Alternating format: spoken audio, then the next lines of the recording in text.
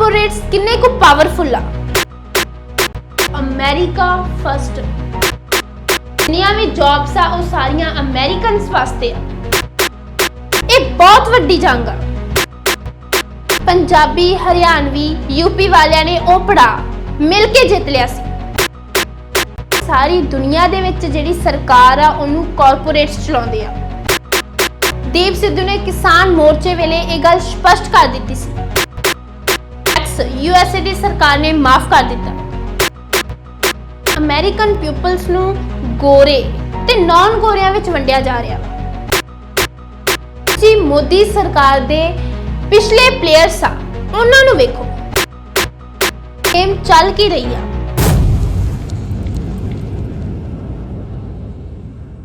ਜਿਵੇਂ ਕਿ ਆਪਾਂ ਸਾਰੇ ਜਾਣਦੇ ਹਾਂ ਕਿ ਜਦੋਂ ਤੋਂ ਟਰੰਪ ਸੱਤਾ ਦੇ ਵਿੱਚ ਆਇਆ ਵਾ, ਆਪਣੀ ਪਾਵਰ ਦੇ ਵਿੱਚ ਆਇਆ ਵਾ, ਉਦੋਂ ਤੋਂ ਉਹਨੇ ਇੱਕ ਨਾਰਾ ਦਿੱਤਾ ਕਿ ਅਮਰੀਕਾ ਫਸਟ, ਯਾਨੀ ਕਿ ਪਹਿਲੇ ਨੰਬਰ ਤੇ ਅਮਰੀਕਨਸ ਨੂੰ ਰੱਖਿਆ ਜਾਊਗਾ ਤੇ ਬਾਅਦ ਵਿੱਚ ਦੂਜਿਆਂ ਬਾਰੇ ਸੋਚਿਆ ਜਾਊਗਾ।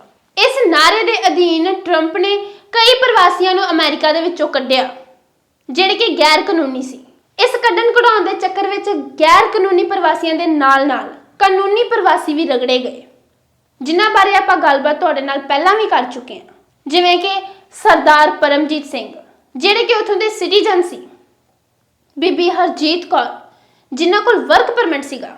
ਇਹਨਾਂ ਦੋ ਪੰਜਾਬੀ ਪਰਸਨਸ ਦੀਆਂ ਉਦਾਹਰਨਾਂ ਆਪਾਂ ਤੁਹਾਡੇ ਨਾਲ ਪਹਿਲਾਂ ਵੀ ਸਾਂਝੀਆਂ ਕਰ ਚੁੱਕੇ ਹਾਂ। ਸੋ ਇਹ ਇੱਕ ਤਰ੍ਹਾਂ ਦੇ ਨਾਲ ਮਾਹੌਲ ਬਣਾਇਆ ਜਾ ਰਿਹਾ ਵਾ ਯੂਐਸਏ ਦੇ ਵਿੱਚ ਕਿ ਅਮਰੀਕਾ ਫਸਟ, ਕਿ ਜਿੰਨੀਆਂ ਵੀ ਜੌਬਸ ਆ ਉਹ ਸਾਰੀਆਂ ਅਮਰੀਕਨਸ ਵਾਸਤੇ ਆ। ਇਹ ਸਾਰਾ ਕੁਝ ਅਮਰੀਕਨਸ ਦਾ ਹੀ ਆ। ਹੋਰ ਕਿਸੇ ਨੂੰ ਵੀ ਇਹਦੇ ਨੇੜੇ ਤੇੜੇ ਵੀ ਫੜਕਣ ਨਹੀਂ ਦਿੱਤਾ ਜਾਊਗਾ, ਖਾਸ ਕਰਕੇ ਪ੍ਰਵਾਸੀਆਂ ਨੂੰ। ਸੋ ਪਰਦੇ ਦੇ ਪਿੱਛੇ ਜਿਹੜੀ ਗੇਮ ਆ ਉਹ ਬਹੁਤ ਵੱਡੀ ਆ। ਉਸ ਗੇਮ ਦਾ ਖੁਲਾਸਾ ਅਸੀਂ ਨਹੀਂ ਕਰ ਰਹੇ, ਯੂਐਸਏ ਦੇ ਇੱਕ ਸੈਨੇਟਰ ਬਰਨੀ ਸੈਂਡਰਸ ਕਰ ਰਹੇ ਨੇ, ਉਹ ਵੀ ਟਵੀਟ ਕਰਕੇ। ਕੀ ਕਿਹਾ ਉਹਨਾਂ ਨੇ ਟਵੀਟ ਵਿੱਚ, ਆਓ ਸਕਰੀਨ ਤੇ ਵੇਖਦੇ ਹਾਂ।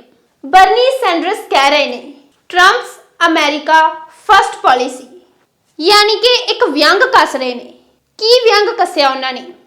$40 billion bail out for Argentina, ਕਿ $40 ਬਿਲੀਅਨ ਦਾ ਜੁਰਮਾਨਾ ਅਰਜਨਟੀਨਾ ਨੂੰ ਮਾਫ ਕੀਤਾ। $12 billion in weapon for Netanyahu, ਮਤਲਬ ਕਿ ਇਜ਼ਰਾਈਲ ਦੇ ਪ੍ਰਧਾਨ ਮੰਤਰੀ ਨੇਤਨਯਾਹੂ ਨੂੰ 12 ਬਿਲੀਅਨਸ ਦੇ ਹਥਿਆਰ ਦਿੱਤੇ, ਵੈਪਨਸ ਦਿੱਤੇ। 12 ਬਿਲੀਅਨਸ ਦਾ ਮਤਲਬ 1200 crore. Threatening war with Venezuela, ਯਾਨੀ ਕਿ ਵੈਨਜ਼ੂਏਲਾ ਦੇ ਨਾਲ ਜੰਗ ਦੀ ਤਿਆਰੀ ਆ। Awarding AN air force facilities in Idaho to Qatar, ਕਹਿੰਦੇ ਕਿ ਕਤਰ ਨੂੰ 에ਅਰ ਫੋਰਸ ਫੈਸਿਲਿਟੀਜ਼ ਦੇ ਦਿੱਤੀਆਂ। ਅਰਜਨਟੀਨਾ ਤੇ ਇਜ਼ਰਾਈਲ ਨੂੰ ਵੀ ਰਾਹਤ ਦੇ ਦਿੱਤੀ। ਵੈਨਜ਼ੂਏਲਾ ਤੇ ਪੈਸਾ ਲਾਉਣ ਦੀ ਤਿਆਰੀ ਆ। ਕਤਰ ਨੂੰ ਵੀ 에ਅਰ ਫੋਰਸ ਦੀਆਂ ਫੈਸਿਲਿਟੀਜ਼ ਦੇ ਦਿੱਤੀਆਂ ਤੇ ਕਹਿੰਦੇ ਕਿ ਤੁਹਾਡੀਆਂ ਪ੍ਰੀਮੀਅਮਸ ਨੂੰ ਲੋ ਕਰਨ ਲਈ ਸਿਰਫ $0। ਕਹਿ ਅਮਰੀਕਾ ਫਸਟ ਰਹੇ ਆ, ਪਰ ਅਮਰੀਕਾ ਲਈ ਸਿਰਫ $0। ਇਸ ਤੋਂ ਬਾਅਦ 15 ਮਿਲੀਅਨਸ ਅਮਰੀਕਾ ਨੇ ਹੈਲਥ ਕੇਅਰ ਨੂੰ ਲੂਜ਼ ਕਰ ਦਿੱਤਾ। 15 ਮਿਲੀਅਨਸ ਯਾਨੀ ਕਿ 1 ਅਰਬ 32 ਕਰੋੜ 42 ਲੱਖ 46,500 ਇੰਨਾ ਜ਼ਿਆਦਾ ਲੂਜ਼ ਕੀਤਾ, ਪਰ ਉਹਨਾਂ ਲਈ ਸਿਰਫ $0। ਇਹ ਆ ਟਰੰਪ ਦੀ ਅਮਰੀਕਾ ਫਸਟ ਪਾਲਿਸੀ। ਸਿਰਫ ਟਰੰਪ ਹੀ ਨਹੀਂ, ਯੂਐਸਏ ਦੀ ਸਰਕਾਰ ਹੀ ਨਹੀਂ, ਬਲਕਿ ਸਾਰੀ ਦੁਨੀਆ ਦੇ ਵਿੱਚ ਜਿਹੜੀ ਸਰਕਾਰ ਆ ਉਹਨੂੰ ਕਾਰਪੋਰੇਟਸ ਚਲਾਉਂਦੇ ਆ। ਇਹ ਗੱਲ ਆਪਾਂ ਭਲੀ ਭਾਂਤ ਜਾਣਦੇ ਆ।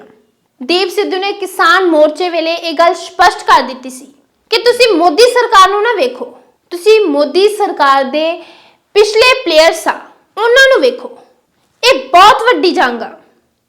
ਬੇਸ਼ੱਕ ਪੰਜਾਬੀ, ਹਰਿਆਣਵੀ, ਯੂਪੀ ਵਾਲਿਆਂ ਨੇ ਉਹ ਪੜਾਅ ਮਿਲ ਕੇ ਜਿੱਤ ਲਿਆ ਸੀ, ਪਰ ਇਹ ਜੰਗ ਹੱਲੇ ਵੀ ਜਾਰੀ ਆ। ਸੋ ਕਾਰਪੋਰੇਟਸ ਕਿੰਨੇ ਜ਼ਿਆਦਾ ਪਾਵਰਫੁਲ ਆ ਇਹਦਾ ਆਪਾਂ ਅੰਦਾਜ਼ਾ ਵੀ ਨਹੀਂ ਲਾ ਸਕਦੇ। ਇੰਡੀਆ ਦੀ ਆਪਾਂ ਗੱਲ ਛੱਡੀਏ, ਯੂਐਸਏ ਦੀ ਗੱਲ ਕਰੀਏ ਕਿ ਕਾਰਪੋਰੇਟਸ ਕਿੰਨੇ ਕੁ ਪਾਵਰਫੁਲ ਆ। ਇਸ ਦਾ ਅੰਦਾਜ਼ਾ ਆਪਾਂ ਇੱਥੋਂ ਲਾ ਸਕਦੇ ਹਾਂ ਕਿ ਜਿਹੜੀਆਂ ਵੱਡੀਆਂ ਕੰਪਨੀਆਂ ਕਾਰਪੋਰੇਟਸ ਚਲਾ ਰਹੀਆਂ ਵਾ, ਜਿਵੇਂ ਕਿ ਗੂਗਲ ਆ, ਮਾਈਕਰੋਸਾਫਟ ਆ, ਇਹਨਾਂ ਦਾ ਕਿੰਨਾ ਟੈਕਸ ਯੂਐਸਏ ਦੀ ਸਰਕਾਰ ਨੇ ਮਾਫ ਕਰ ਦਿੱਤਾ। ਇਹ ਜਿਹੜੀ ਪੋਸਟ ਵੀ ਬਰਨੀ ਸੈਂਡਰਸ ਨੇ ਸ਼ੇਅਰ ਕੀਤੀ। आओ स्क्रीन ते वेखिए।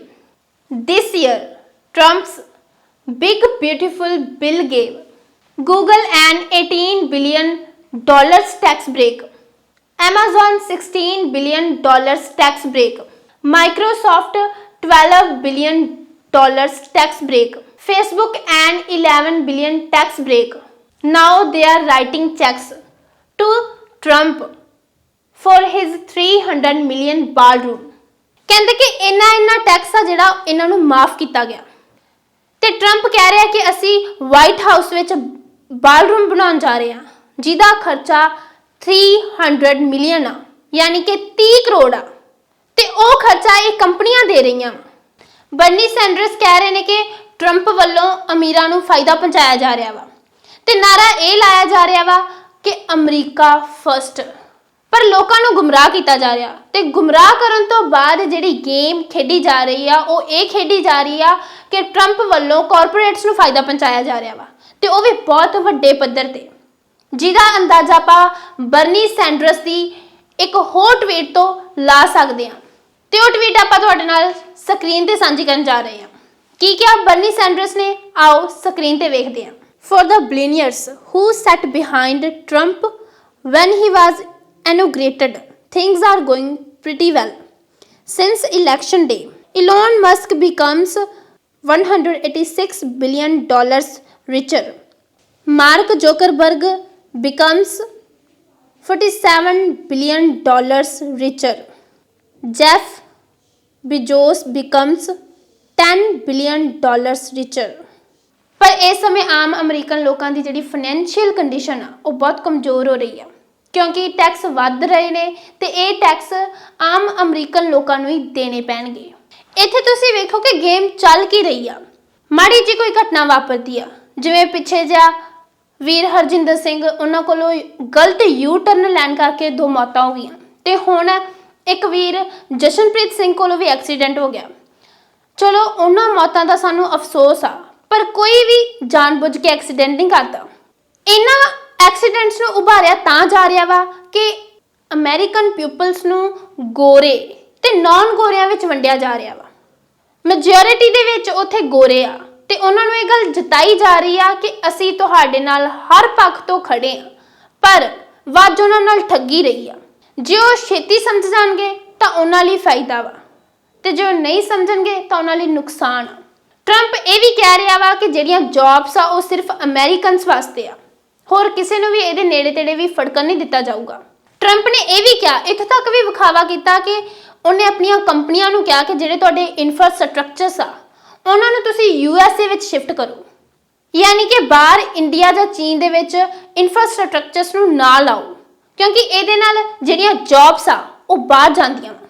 ਬੇਸ਼ੱਕ ਇਹ ਜੌਬਸ ਅਮਰੀਕਨਸ ਨੂੰ ਹੀ ਮਿਲਦੀਆਂ ਪਈਆਂ ਨੇ, ਪਰ ਇਹਨਾਂ ਜੌਬਸ ਦਾ ਵਾਧਾ ਹੋਇਆ ਟੈਕਸ ਵੀ ਅਮਰੀਕਨ ਪੀਪਲਸ ਨੂੰ ਹੀ ਚੁਕਾਉਣਾ ਪਊਗਾ, ਕਿਸੇ ਹੋਰ ਨੂੰ ਨਹੀਂ। ਦੂਜੀ ਗੱਲ ਇਹ ਕਿ ਟਰੰਪ ਨੇ ਇਹਨਾਂ ਕੰਪਨੀਆਂ ਨੂੰ ਫਾਇਦਾ ਤਾਂ ਦੇ ਹੀ ਦੇਣਾ ਵਾ, ਪਰ ਨੁਕਸਾਨ ਆਮ ਲੋਕਾਂ ਦਾ ਹੀ ਹੋਣਾ ਵਾ ਜਿਨ੍ਹਾਂ ਨੂੰ ਆਪਾਂ ਮਿਡਲ ਮੈਨ ਕਹਿ ਦਿੰਦੇ ਆ ਤੇ ਉਹ ਹੋ ਵੀ ਰਿਹਾ ਵਾ। ਅੱਜ ਦੀ ਡੇਟ ਵਿੱਚ ਵੀ ਹੋ ਰਿਹਾ ਵਾ ਤੇ ਗਾਂ ਵੀ ਹੋਣਾ ਤੈਅ ਆ।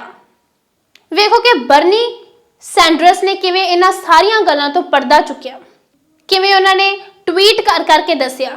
ਸੋ ਤੁਸੀਂ ਵੀ ਬਰਨੀ ਸੈਂਡਰਸ ਦੇ ਟਵੀਟਸ ਨੂੰ ਵੇਖੋ ਤੇ ਕਮੈਂਟ ਬਾਕਸ ਵਿੱਚ ਦੱਸੋ ਕਿ ਟਰੰਪ ਜੋ ਇਹਨਾਂ ਲੋਕਾਂ ਲਈ ਕਰ ਰਿਹਾ ਵਾ ਉਹਦੇ ਵਿੱਚ ਗੋਰਿਆਂ ਦਾ ਫਾਇਦਾ ਵਾ ਜਾਂ ਨੁਕਸਾਨ।